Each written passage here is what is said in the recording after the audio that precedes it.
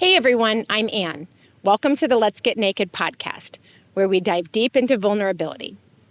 In this space, we'll explore what triggers us, uncover the patterns holding us back, and discover how to take charge of our own growth. If you're ready to dig in, be vulnerable, and face the tough stuff, then buckle up. It's time to get naked. Everyone loves to say it's all about perspective. Cool phrase. Means absolutely nothing if you don't use it. Real perspective isn't a bumper sticker. It's not intellectual, it's embodied. Deep perspective is when you don't just understand someone else's position, you step into it. You put their shoes on. You carry their fears. You wear their blind spots. You feel the weight of their history pressing on their choices. And here's where most people tap out. You don't do this to excuse behavior. You do it to expand yourself. The most powerful growth tool I've ever seen is this. Replay your own story, but switch roles. You become the person who hurt you. You become the person who disappointed you. You become the one who walked away, the one who froze, the one who didn't know how to show up better. And you don't do it to self-betray. You do it to see the full terrain. Because when you can genuinely feel how limited someone else's perspective was, how scared they were, how unhealed they were, how constrained their emotional vocabulary was, something wild happens. You stop needing them to be different in order for you to be free. Perspective, when used properly, dissolves resentment. It collapses judgment. It replaces reactivity with clarity. But here's the kicker. You have to be brave enough to feel it, not just say it. Most people don't want perspective. They want moral high ground. They want to be right. They want to stay armored. Perspective strips the armor off, and in that space, growth happens. So don't talk about perspective like it's a concept. Use it like the scalpel it is. Reenact the scene. Switch the roles. Feel the discomfort. Let it rewire you. That's not weakness, that's mastery. And once you've felt deep perspective, you'll never settle for surface level thinking again. Today I'm stripping it all off with Jazzy the Healer. She's a performer, an energy alchemist, and creator of transformational self-care spaces. She helps people move from chaos to clarity through honesty, intention, and everyday ritual, and brings a powerful, sacred presence into every room she enters, whether it's a healing circle or a national sports arena. Welcome to the show, Jazzy. Thank you so much. Thank you for having me. Yeah, I'm absolutely. excited to be here. Excited to be here as well. So as we were preparing to start recording, Jazzy and I were sitting here chatting, and wow, I'm excited for today's episode and everything that we're going to chat about. So very much looking forward to it. Yeah. So tell me a little bit about Jazzy. You know, where did you start from? Where are you at? What does that look like? And then we'll just kind of dive in. Yeah, no, absolutely. So, Jazzy the Healer.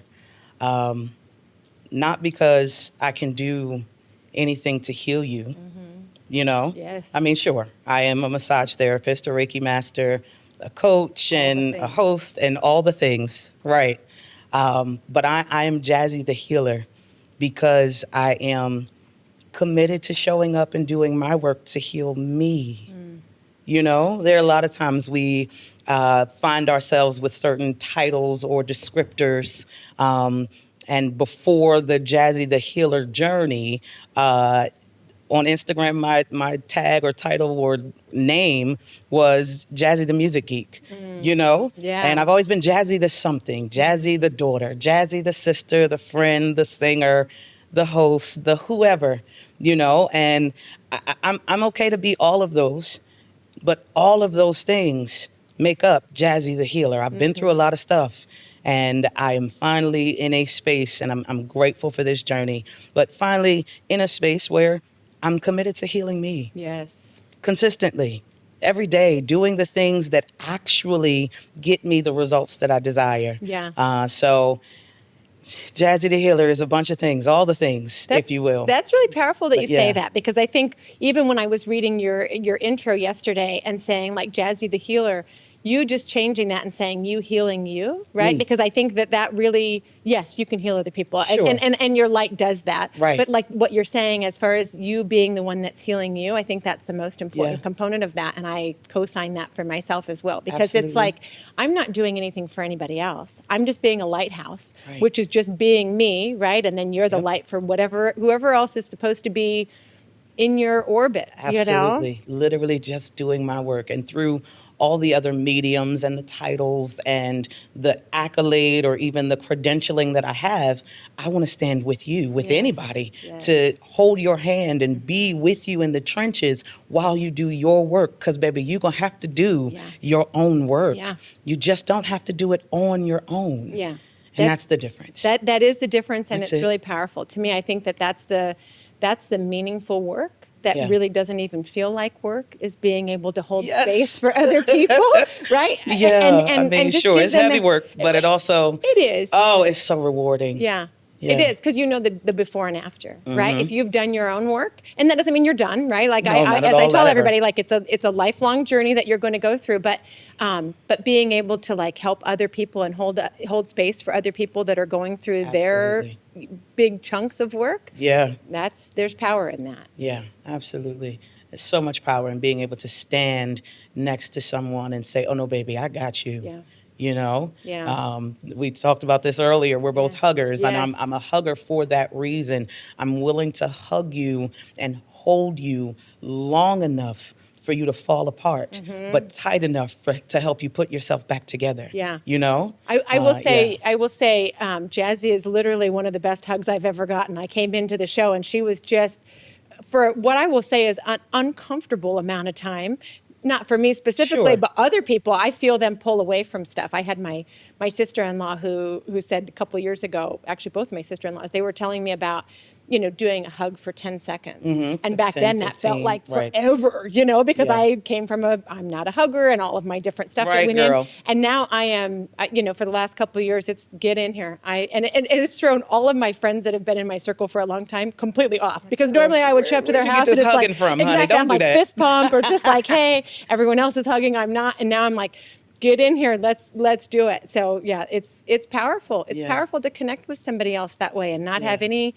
There's no other differences. That's just love. Yeah, That's no, just absolutely. And I don't need anything from you. No, Baby, of just stand course. here and get what you need Yeah, from absolutely. this hug, please. Absolutely. Okay, deep breath. Let me hear it. No, it's excellent. It's excellent. Yeah. How did you get to this space? Like, what does this look like for the work that you do? How did you get to, okay, I need to do the work on myself, and what does that journey look like in your life? Okay, so I've always been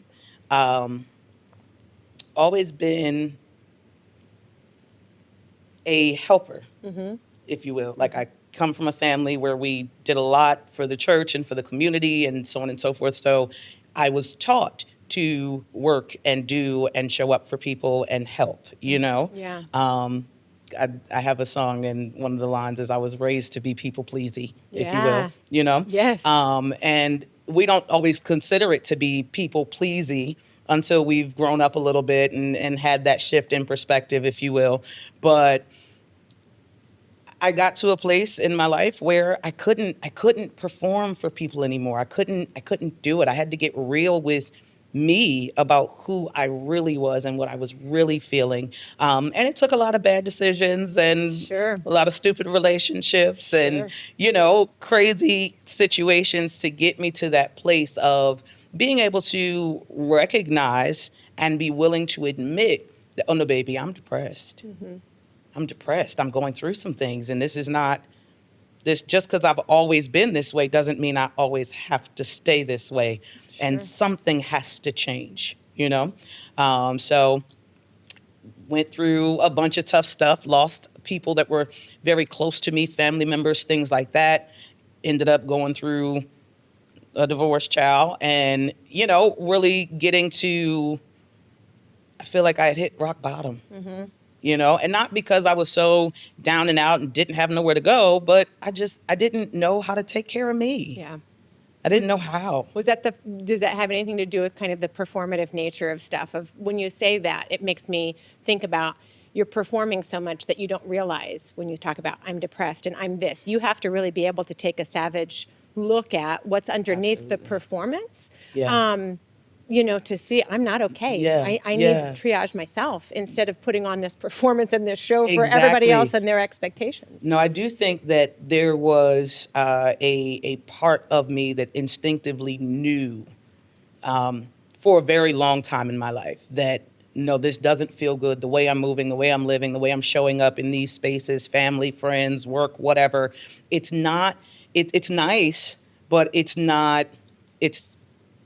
I need more. I need something deeper. I need to really feel these things. And honestly, I wasn't performing. I was hiding.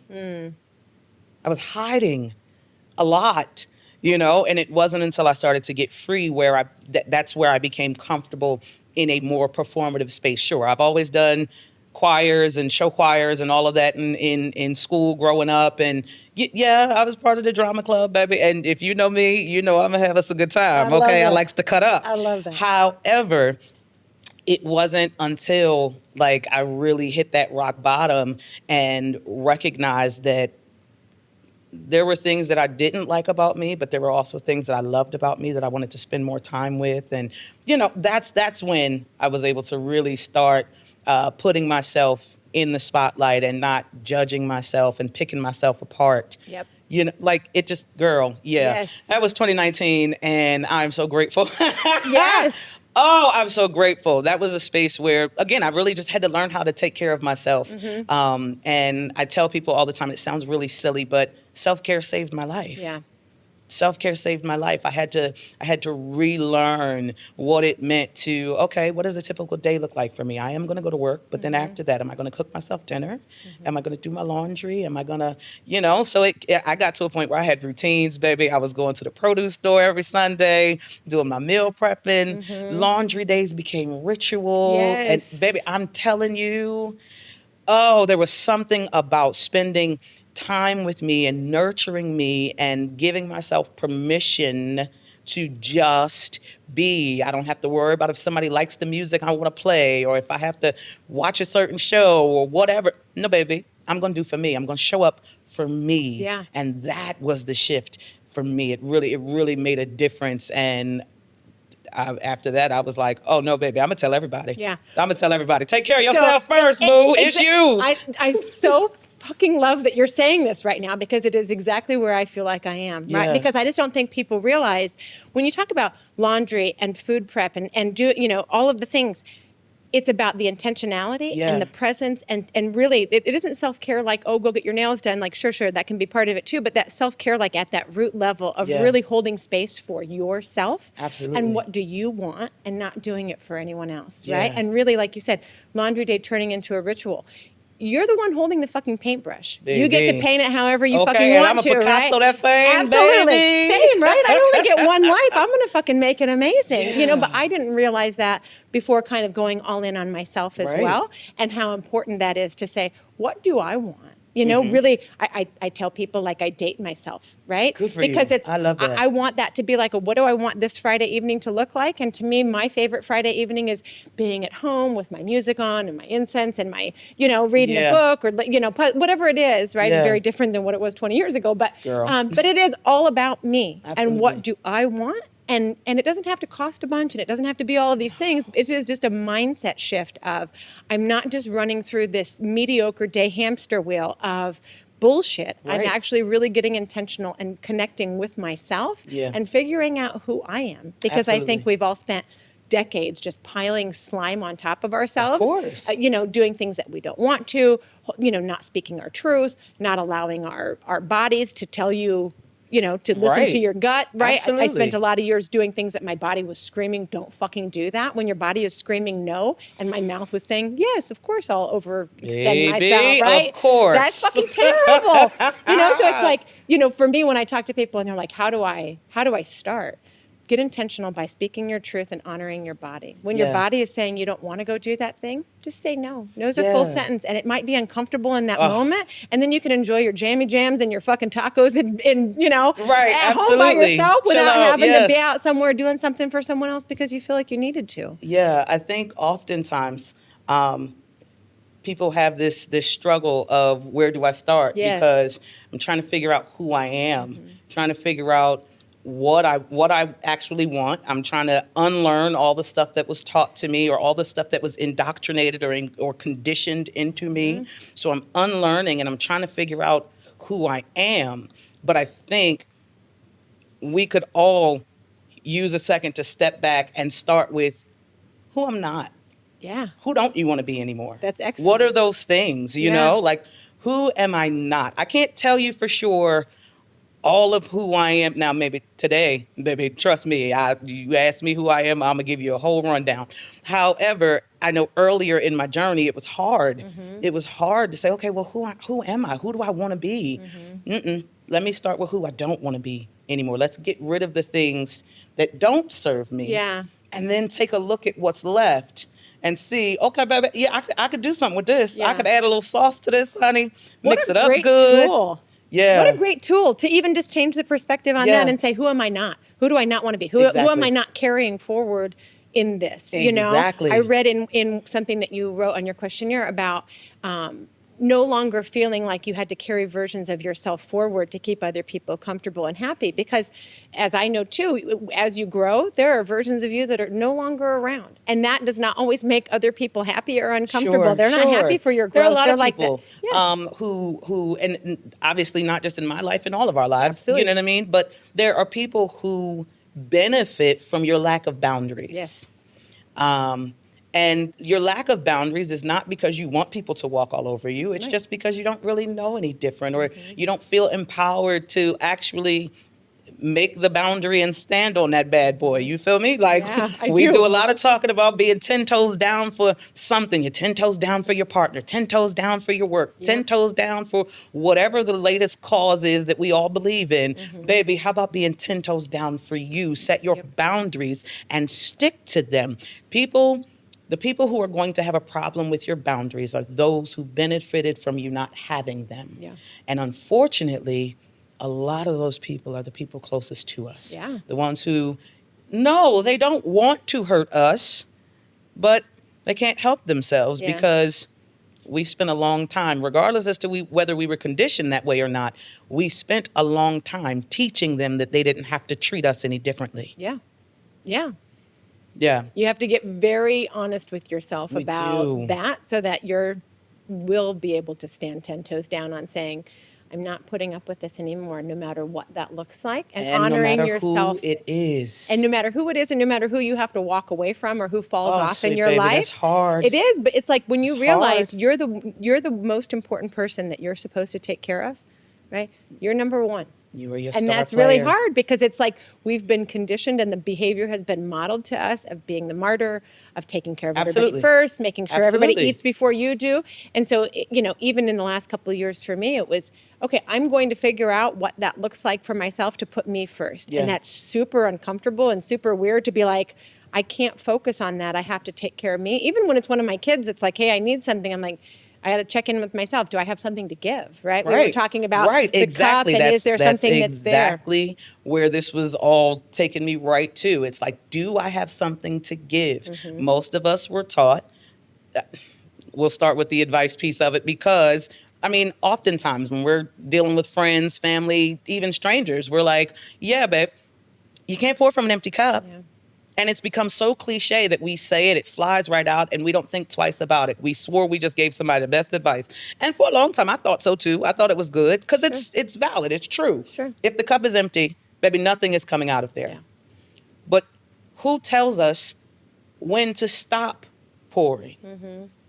That conditioning, that the way that we were all raised in one way or another, it trains us that if there's something in the cup, then maybe we should be pouring. Give it away. Yeah. Give it. But no, baby, because that something in the cup could really be that last little swallow of juice that you hate that people leave in the refrigerator, and we do that to ourselves emotionally and energetically. We will leave ourselves just a swallow. We will be out here driving on fumes. Yeah. Even though we know our dad taught us, or whoever taught you to drive may have taught you, don't let your tank get below a quarter or a half or whatever it is. Sure.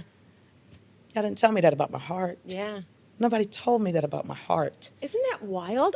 I hope that we're doing better with our kids nowadays. I hope so. Not only in education, but in parents just teaching their kiddos too about what that should look like for them, and to really like stay connected with themselves so that they don't have to unfuck themselves at 40. Right. Okay? Because that's what I was doing is, okay, I'm 40 years old and now I got to unfuck this whole thing that I walked into. Unlearn all of this, and I think that even for those of us who don't have biological children, like I'm in a beautifully happy, healthy, the best relationship that I've ever been in. Me and my wife, we do not have children. We have cats. Yeah. So they are our babies, our boys, if you will. But we have absolutely committed, especially since we decided to be on this journey together. It's not like we really had a choice because Spirit said, y'all go ahead and do that, okay? But, you know what I mean? I'm so grateful for that and that partnership because we are able to explore that space of, check in. How's your cup? Are you all right? Are you giving too much there? We often check in with each other, and I'm grateful for that sense of accountability, that sense of support on the journey that says, okay, yeah, I see what you're doing, and that's nice. But baby, don't forget to rest. Yeah. Don't forget to take a deep breath. Don't forget to pour back into you. I ain't seen you do your meditation in a couple days. You okay? Those types of things. Somebody to kind of sort of hold us accountable, So even if we're not doing that for our children, we can absolutely lean on our partners. If you got a good one, baby, if you got a good one, hold on to them, child. Yes. Okay. With both. But, I think that you've got to find a way to hold that accountability for yourself. And once you start asking those questions, like, who don't I want to be anymore? What can't come with me? Where should I be pouring my energy? Where feels good? What feels like overflow versus actually overgiving? Then we can start having those experiences and sharing those, passing those down to that next generation for those of you who do have children. Yeah. Yeah. Well, and it's powerful too to be able to really be in tune with yourself. And I think there's so many factors out there that just numb us. But realizing like that's a choice. Yeah. And I don't think a lot of people. I didn't realize that. Before I started this whole journey that I'm on, it's like this is just how it is. Yeah. And then you realize there's a song from back in the 90s, and it has always stuck with me, but it says, the hand you hold is the hand that holds you down. And it's like, I was holding on to things that I didn't realize, right? But when you realize you have the power to stop doing that because it's just a choice. Now, whether no choice at all is still a choice. Right. Right? And so really getting real with yourself about, I don't want to feel like I'm just numbing out and just going through the motions of giving everybody everything out of my cup. Yeah. Because I will tell you that I have never in my life by a mile or more felt better about having a full cup and being able to just give from my abundance. That's it. But that was not, I spent the first 40 some years of my life giving from a deficit. Absolutely. Different places got to the point where it was bone fucking dry, and shit's coming out sideways, because I didn't know how to do that. And so it's like, how do we, like you're saying, I want to just share this with other people. I want you to go all in on you. And what does that look like? Now I just want to scream it from the rooftops because it's like my life is so much fucking better. And all I had to do was turn inwards and figure out Anne. All you had to do was stop. That's pouring. It. Yeah. Stop pouring. Stand still. Do your work. Stand still. Fill your own fucking cup, baby. Yeah. Do the things that heal you and light your soul on fire. Yes. The things that make you excited for life. The things that make you happy and whole. Joy does not mean that everything else goes away. Right. Joy is something that you hold on to even in the presence of, Yes. Joy. this joy that I have. The world didn't give it to me. 100%. Baby, okay? Yeah, you had to find it and work for it. Yeah. So, joy, literally, if you search for the joy, if you look for the joy, and maybe sometimes you do have to, like we were talking about earlier, shift your perspective a little bit. When you're standing right in it, baby, you can't see the joy. No. You can't see this hiding. It's hiding behind the monster in the closet and the boogeyman under the bed and all of the other things that we have trained ourselves to be afraid of. But once we can take a step back or take a step up, and shift our perspective. I was telling you about that plane ride recently. I was just coming back from Vegas just last week, and looking down over the city as we were about to land, but that view was everything, and I had to snap it. I put it in my stories, and I very simply, perspective changes everything. Perspective changes everything. If you take yourself out sometimes of that front row seat, and not even so much of putting yourself in other people's shoes, like you mentioned earlier, and that's necessary for a good, healthy relationship. Absolutely. Any kind, familial, platonic, whatever, it's good. But even on our personal relationship for ourselves, we've got to take ourselves out of the here and now, the right here ground floor of it. And if we go up a couple of floors, a couple of levels, baby, going up to the penthouse, go on and talk to yourself, go and meet your higher self. And from up there, I promise you, everything's going to look a lot different down on the ground. Yeah. It's so powerful because you explain that and it's so simple, but when you actually do that, when you do the work to do that, it'll blow your doors off. It will. It'll blow your doors off. Your socks off. Yeah, all the things. Blow your hair back and all of it. Yeah, absolutely it will. It can open up so much. It's almost like a whole new world, And here comes a song in my head. Obviously, I start in my head hearing the song from Aladdin, A Whole New World. Yeah, man. That's how music gets me. It creeps in. Sorry. No, don't apologize to me. Music is everything. Oh, music is everything. No, it's wild to me because I look at the perspective thing and I think just thinking about applying that to all sorts of things. You know, my husband and I have this joke because for a long time I told him like I'd rather be happy and he'd rather be right. And so I find that fascinating because I look at a lot of people that are people at my table of life, people not at my table of life. Everybody wants to be right. And it's like, what do you think that you get? Like, what would the satisfaction of, like, you're right, what would that look like? My husband and I look at it, and it's when he's explaining something to me, and I have gotten him to put his defensive layer down, which is a huge accomplishment, I think. Good for you, girl. Exactly, but it's like from where you're sitting, right? If we had a number that was sitting here and you're looking at it and it's a 6, but from where I'm sitting, it's a fucking 9. And so to be able to say, and we do this all the time, when we have something where it's like, we're both right, you can say it's a 6 and a 9. Right. And if more people understood that, I look at the state of our society right now. Okay. And I think of, if everybody could just take a step up, right? Change their perspective. Take a few staircases and just look at it from a different level so that you're not down in the trenches and realize it's a 6 and a fucking 9. It is. Right? It's a 6 and a 9. And what would you get if everyone stopped and said, you know what, you're right? What would that accomplish? Like, nothing. So exactly. So why are you screaming into the void so loud about you being right? Yeah. Stop fighting this battle out here and just work on this battle inside you. And if you did that, you would realize that all this that's happening is just a fucking mirror anyways.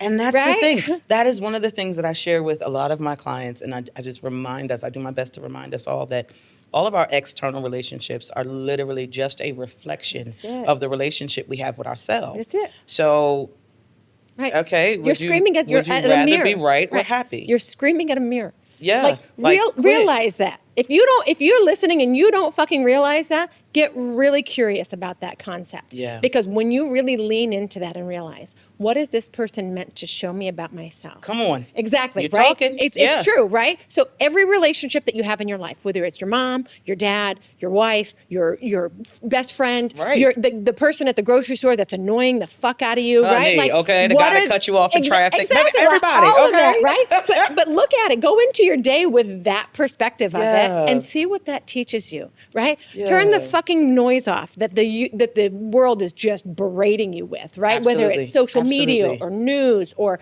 other people's opinion.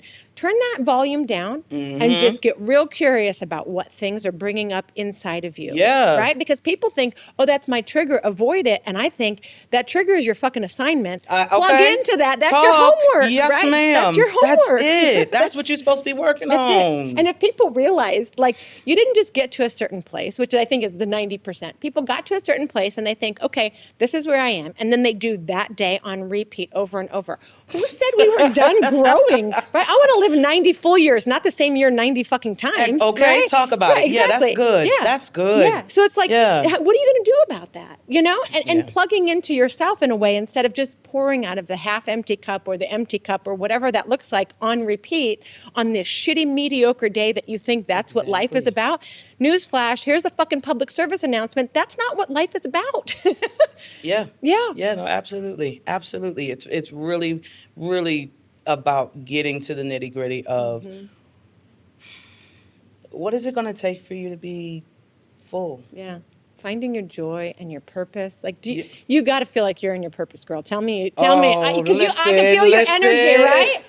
Seriously, like if you're living your purpose, every day has the same value. It's not like Tuesday has any better value than Saturday or vice versa. Like you're just living you're just being who you're supposed to be. Exactly. And I mean, we talked about it, baby. I do all the things. Yep. So on any given day, I could be sitting here with you. I could have a hair client. I could have a massage client. I could be hosting a new karaoke show or what have you, whatever's going on. It's all the work. This is the work. I used to, when I first started this journey, this healing journey, and I started getting glimpses of my purpose and what I was supposed to be doing, I would always say, oh, this is the work. This is the work. You know, and I'd almost be like salivating at the mouth, if you will, because it's so exciting and so like pulling me in. But literally, I could have a phone call with my brother who's in New Jersey. And when we get off the phone, this is the work. Yeah. I'm going to the mailbox and I wave to my neighbor and, oh, you're so sweet. This is the work. Yeah.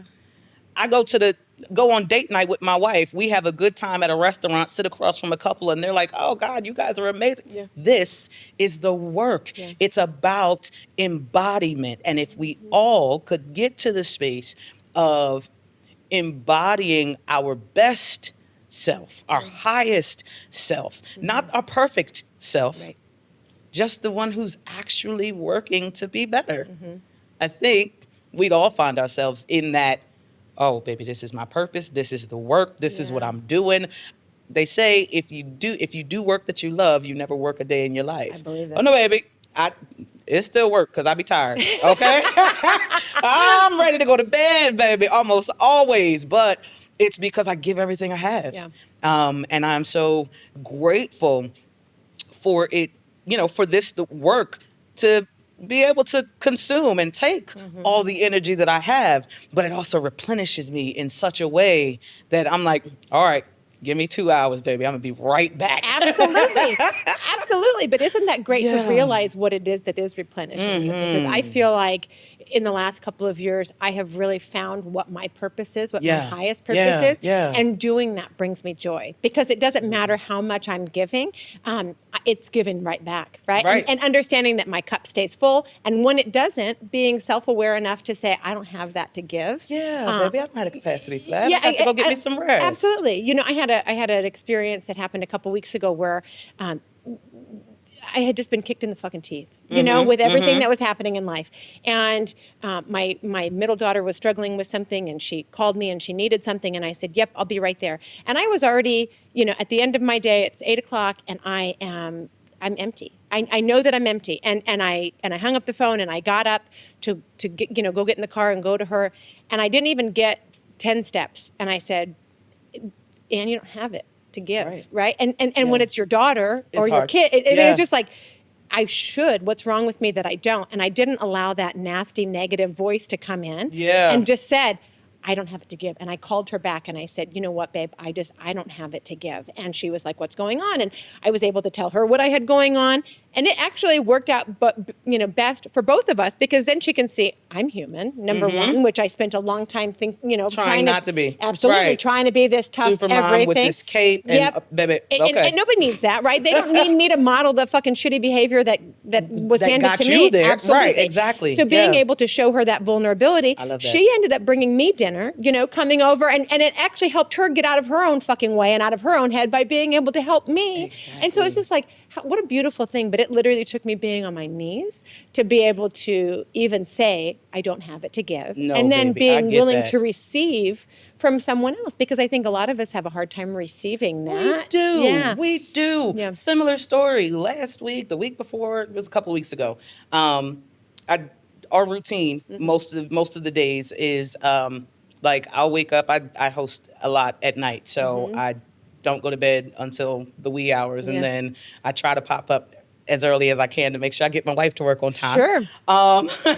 But there was one particular day I was exhausted. I was burnt out, and I couldn't move. I couldn't get out the bed. And I mean, sure, I think I was also on my cycle at that time. So, Sure. but my wife was amazing in the fact that she said, "Babe, you look really exhausted." Yeah. And while, I don't want to have to like take an Uber or something to work, you stay where you're at, okay? You stay. I'll figure it out. You stay right there, okay? Because you need to rest. And I felt bad because it was like, okay, well, I'm supposed to show up for her in this way. This is our routine. I take her. That's what we do. That's how we show up. That is how this life goes for us. I know that this is my job. You know what I mean? Or one of them. And not that she makes it that way, but Sure. I signed up to be her person, and baby, oh no, I'm gonna make sure I get you to where you gotta go, even at my own detriment. So some days it is tough. Some days I am beating myself up, or I'm mumbling, going into the bathroom like, oh, I just wish I could sleep in, or blah, blah, blah, blah, blah. And here this day is, I didn't have to say a word. She gave that to me, and it was hard.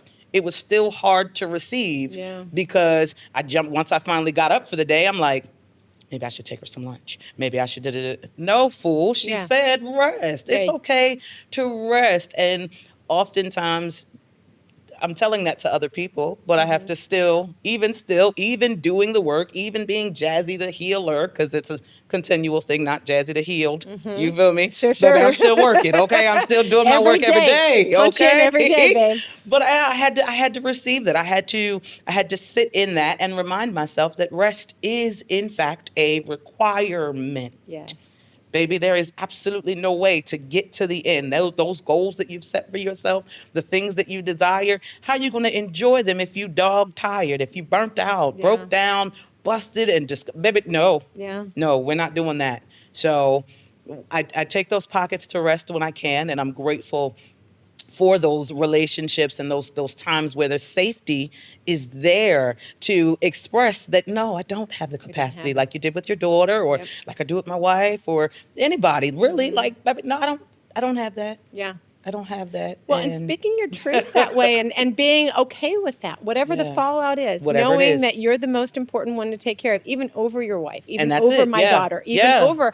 And I think we've all been, conditioned so much that it's like, take care of everybody else. And if you're on completely empty, then great, you've given out everything that you needed to. And it's like, no, we're not supposed to do that. No, if you baby. keep your cup full, you're giving from abundance. Then you're giving Talk with an to abundant me. heart, right? It's not like Yes. resentful, shitty, resentful. Baby, listen, I grew up in church. Now I cuss like a sailor, but Yeah. I grew up in church. Me too. Okay, baby, and I mean, obviously, out of the abundance of the heart, the mouth speaks. So what's in there is what's coming out. But I mean, the word tells us that the divine creator loves a cheerful giver. Yes. How much more fulfilling are your relationships when you can show up and give cheerfully, not begrudgingly, not exhausted, not at your wit's end, honey. Okay, and I mean, the word also tells us that the Creator said, I've come that you might have life and have it more abundantly. Abundant living is my birthright. That's what I'm supposed to have. So I want to be abundant in all of the things. Sure, fiat helps because that's the currency that drives this realm right now. You know what I'm saying? So sure, run me the money. Absolutely. Yeah. But I want to be abundant in rest and energy Yeah. and, healthy relationship and good food and good energy. You know what I'm saying, baby? I And know cute exactly. stuff. Yes, You know what yes. I'm saying? Yeah, but it's I so- want to be abundant in all of the things. Yes. And I think that if we remember even a simpler scripture or passage that tells us, you know what I mean? He'll open up a window and pour you out a blessing so much so that you don't have room to receive it. That's abundance, extra, surplus, more than enough, if you will. And I want to live from that space. So when it comes to talking about filling my cup, oh no, baby, I got to stay full. Yes. I can't pour. I can't even tip over really because, now granted, there are going to be some people in your life that you like, yeah, child, all right, this is a pour, but I'm going. I'm going to do it. I'm going in. I'm going to do it, but I can't ever get myself back to that place where I'm pouring from empty.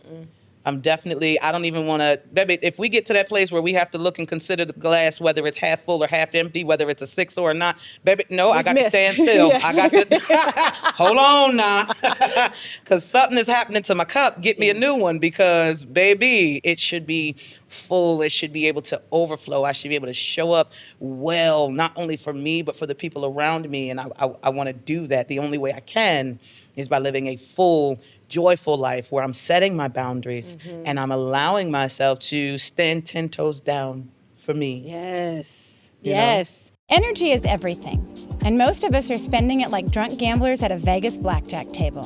My book is built around one simple but powerful tool: quantifying your energy so you know exactly where it's going and how to get more of it back. Think of it as a manual for your soul's fuel tank. If you're tired of running on empty, this book will show you how to fill back up and keep yourself in the game long enough to actually win. Get your copy of the Life Hack Playbook on Amazon or on the podcast website, letsgetnakedpodcast.com.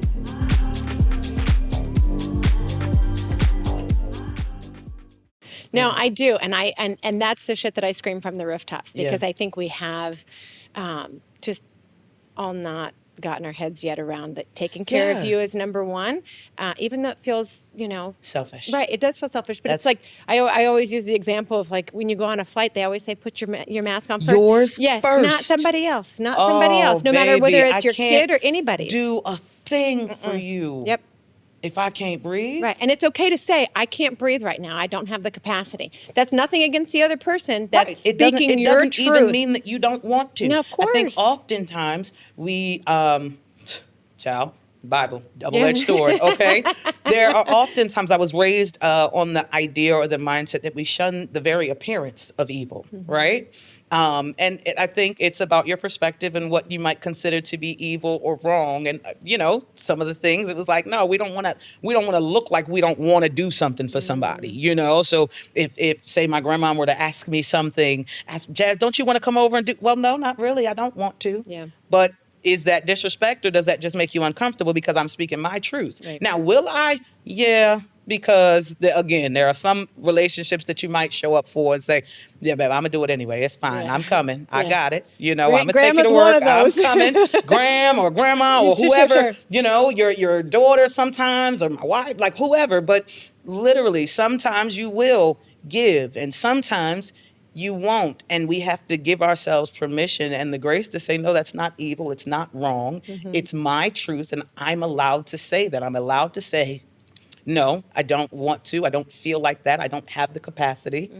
No, thank you. Yeah. And that's enough. Yeah. No is a full sentence with a fucking period at the end. baby. And it doesn't need anything else. You don't need cliff notes. The answer is no. However, I think that, again, we've been taught that it looks bad or what have you. Like we have to come out of that. We really have to come out of that. And it's going to take a major perspective shift on an individual standpoint as well as a collective.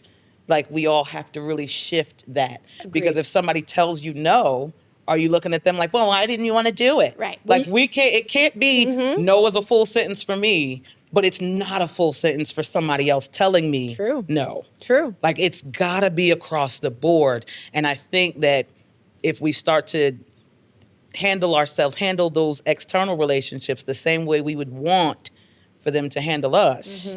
You know, I think that we could get somewhere. If we want our no to be accepted, then we got to make sure that we're accepting other people no. Yeah.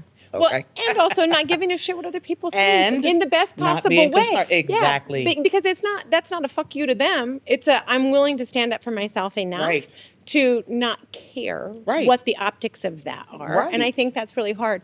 You mentioned that part of your journey was, not judging yourself. And I don't know if you found this. This was, for me, in my work, I realized that being judgmental to other people started as an inside job, because I was being judgmental of myself in areas. And as soon as I started working on that for me, the rest of it fell away because I had spent years trying to not be judgmental of other people.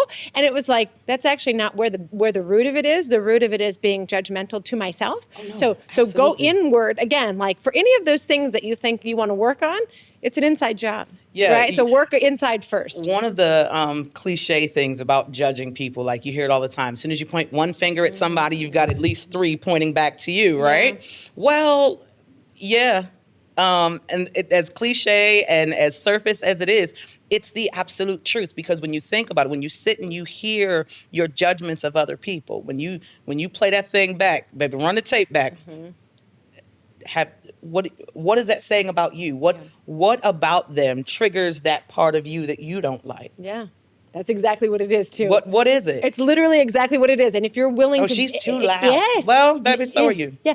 Either so are you, or are you not comfortable being able to be that? Why not? Yes. Why aren't you loud enough, baby? Yes. Somebody taught Use you your voice. that you couldn't, and you believed them. Yeah. But you have to be willing to really take a savage look in the mirror if you're willing to tackle that. Yeah. There's no... It doesn't matter, right? Take accountability for the pieces that you either have owned or haven't owned or whatever that looks like. There's power in that, though. There's power in taking accountability and saying, oh, fuck, I never have been comfortable with this part of myself or whatever. Because when I was found, what am I judging in other people? And then turn the mirror around on myself, I'm like, son of a bitch. It's because I haven't shown up for myself in this area or, whatever that looks like. Exactly. But you can figure it out. We're all smart people. Being able to kind of just dig into that is big. That's the underside, the darker side, the shadow side of this journey, if you will. A lot of us on a healing journey, we're all, love and light and do this and smudge and crystals and blah, blah, blah. But baby, are you really taking time to sit with your shadows? Are you really taking the time to dig deep and figure out what is really going on in there? Where did that start? How do I heal it up? How do I change it and make sure that I never have to see myself this way again? Or, baby, I think I might like that little piece of my shadow, honey. Yes, I need that. I'm going to hold on to it. I'm going to go and tuck that right here and make sure they show up real good in the spaces where I need it. So I think that if we stop playing this cutesy game with healing. It's right now healing, all of the terminology, all of the conversation, a lot of the conversations, a lot of what we're seeing, especially on social media and things like that. It's becoming a fad. It's the culture. There's a healing culture now, if you will. And it's so stupid because, baby, no, it's a lifestyle, if you will. Please. And it's the dirty and sexy shit. For those of us that take this thing seriously, no, it has to be your lifestyle. You have to show up in a way that actually, maybe I repeat this all the time, but the way that actually gets you the results that you desire. Agreed. If you're looking to be a better human, then be a better human. Don't just sit and, well, people were so bad to me all my whole life. And it's just how I am. No, it's not. It doesn't have to be. Agreed 100%. And again, that's the accountability component of it. As long as you take accountability, there's no excuses, right? Yeah. I can make excuses about the shitty story that I had and the fucked up things that happened to me, and we all have that, right? And it's ugly. It is. For all of us. It's ugly. For all of us. But what does that get you? Right? Because excuses, there's no power in excuses. There's no power in victimhood. Saying, that's my fucking story and I own that and what am I going to do about that, right? Making your mess your message. And then exactly what you're doing and saying, I'm healing myself and by doing that, I'm able to help facilitate that for other people. Exactly. That's power. That's fucking power. It really is. I think same way we were indoctrinated to a lot of things. you know how you hear about those kids where it's like any attention is good attention for them. You know what I mean? So it's like, yeah, you've got those kids that do well scholastically and they show up and they're doing sports and they're getting good grades, so on and so forth. And you've got those other kids that kind of sort of just always act out, you know, and they're both getting attention. In one way or another, they're both getting the attention. But I think that if we remove ourselves from the acting out, you know, and we relieve ourselves from having to be the victim, we'll all get straight A's. Yeah. Yeah. We'll all get the ice cream at the end of the day. We'll all get the satisfaction from living a life that fulfills us and having healthy and happy relationships. Again, any kind of relationships, especially the one with ourselves. So, yeah, I think that shifting our perspective and, you know, really staying full and chasing joy and giving ourselves permission to sit with our shadows, baby. Get down there. Go ahead. Cut you a light on down there and see what's going on. Yeah. You know, uncover something and bring it to the surface and show up as your best, highest, most authentic self. Yeah. I think that we can keep growing. We can keep healing. We can probably save this nation a little quicker than what it looks like. I agree. I think everybody just turn inward. That's the solution. Literally. Everybody just turn inward. Stop fucking yelling into the void. Stop trying to convince other people you're right. Stop fucking screaming at the mirror. You're screaming at the mirror. Right, you know, like that's it. Open your Save eyes your to energy. that. Save your energy. Let me ask you one question that, you know, I love is tell me what your 8-year-old version would think about Jazzy the Healer today. What does that look like when I say that to you? Oh, baby, she would be so proud of me. Yeah. Oh, she would be so proud. Oh, I struggled with so many things. So many things. I struggled with being okay with what I look like. You know? Yes. I didn't realize it at 8 years old. I didn't know about PCOS and that would affect me and make me, you know, have abnormalities and differences or what have you. I didn't understand what that meant, you know, but for my 8-year-old self to see me now showing up fully and not just, you know, sitting here on this couch with you, but baby, I show up in really big spaces. I sometimes perform for crowds of thousands at a time. No music, no nothing, just me standing flat-footed, center court, all the big cameras That's on me, naked. face on the Jumbotron. That's naked. That's naked, baby. Talk about let's get naked, You're honey. giving me full body chills. I am the most vulnerable that I ever am in those spaces. Yeah. And I show up anyway. What a beautiful thing. She would be so proud of me. She would be so proud of the woman I am today that doesn't people please because I feel like I have to. I don't show up in certain ways in certain spaces anymore. I don't allow people to make me feel small. I don't allow people to make me feel like I have to hide who I am or what I desire. You know, I don't allow people to make me feel like I can't have a relationship with God. I love that. So, I love that. baby, she would be the cutest little thing running around telling people, look at my big self, honey. Look at her. Exactly. Look at her. Look what we She's did. doing something. Yeah. Oh, she would be so proud of me. Yeah. I love that 8-year-old self.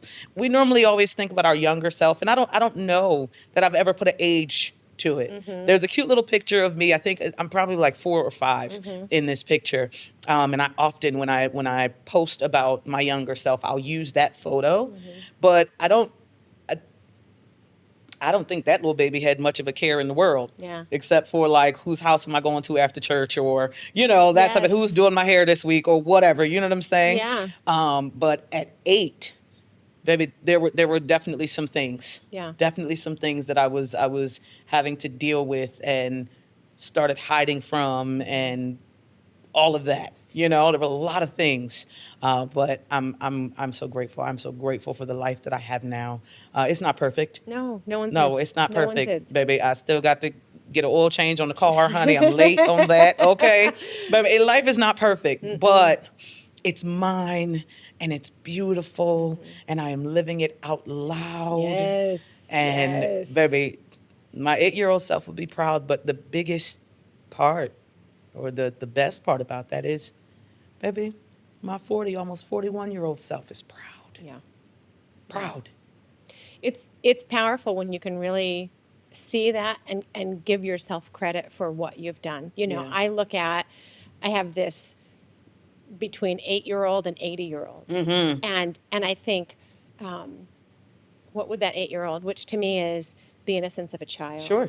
Before, you know, when it used to just be, hey, you want to go play because I like your Right. energy, not because there's all this bullshit or, you know, whatever. The 8-year-old self is the one that still dreams of what could I have, what could I Yeah. be, what could I do. The 8-year-old self is still concerned about, you know, what your friend has going on and like all of the different things.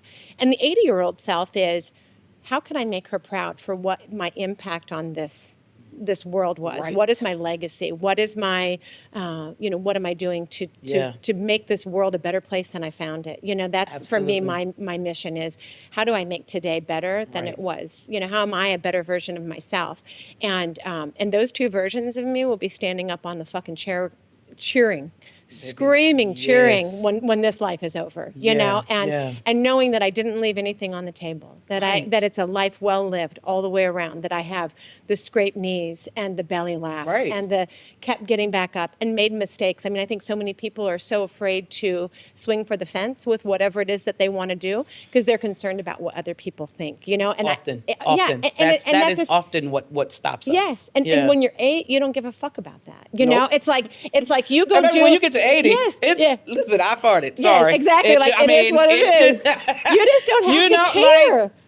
Like what you gonna do? Put me out? Live your life. You know. So Yeah. absolutely. At 80, it's like, stop trying to fit into a box. oh, I did that. I did that years ago. Yeah, but it's isn't that the most liberating thing? Yeah. When you stop trying to fit into this box, I listen to people talk and it's like, oh, we have to be this size, or we have to have, you know, hair that looks this way, or we have to have, you know, this, whatever. And it's like, who is the girl that's making all these fucking rules? Because she's an asshole, and I don't know where the hell she is. She's not, so stop it. She ain't that girl, honey. Okay, exactly. No, she's not even that girl. She's not even all that herself. Yeah. Okay. So just get to who you absolutely, are. Yeah. Absolutely. Take the chains off, if you will. Like, I mean, we chain ourselves to these ideas and these thought patterns and these behaviors and habits even. We chain ourselves to the thing and be mad when we can't move. Yes. Fool, unlock it. Yes. Unlock it. It's not locked, right? That's the whole thing. It's like, and it's not you're even in chains with shit that's not just shut it down. shake it hard enough, baby. I'm It telling comes you. off. I'm telling you, if you take yourself out of those ideals, I think really, I mean, I don't even have to think about it. I know for sure. My life is the example. I am the 100%. proof. Baby, if you stop saying, oh, well, I have to be like this and I have to be like that. I think for a long time I was afraid to become Jazzy the Healer. Yeah. And even now, the performance I went to last week was a space that I had never performed in before. So, you know, places where I go frequently, they know me already. So they know, oh, Jazzy, come on ahead, do your healing thing. Come on and do it. Yes. But for new spaces, when they read my name the first time, it's like you can hear it. It's like, Jazzy the Healer? Like, so one time this guy was like Jesus? And I'm kind of, but not really, if you will. Yeah. Am I you know, like way? kind of, but also no, baby, because I ain't that. I'm just saying I'm doing my work, you know, but the new space, Jazzy the Healer, I don't have to show up any kind of special way. I don't have to be all decked out. There are some spaces where I'll host a circle and I'll have my head wrapped out of reverence for the space or the respect of the work that we're doing in that space.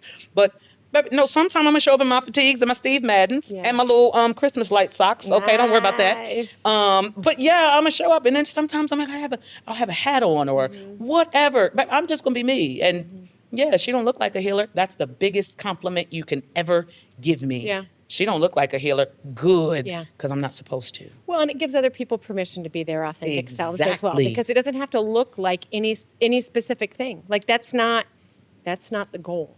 Right.